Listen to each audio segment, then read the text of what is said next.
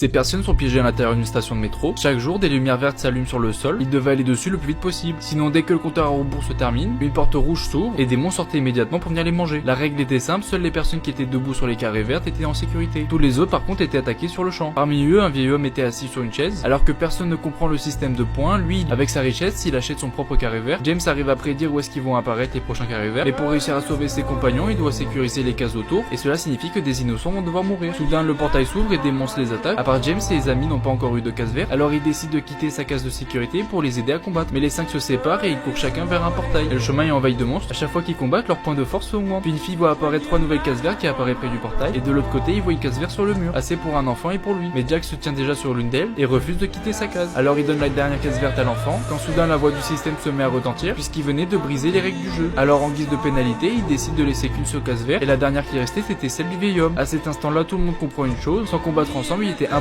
pour eux de survivre. Alors quand la porte rouge s'ouvre, un grand dragon de feu sort. Alors comment va-t-il faire pour le battre?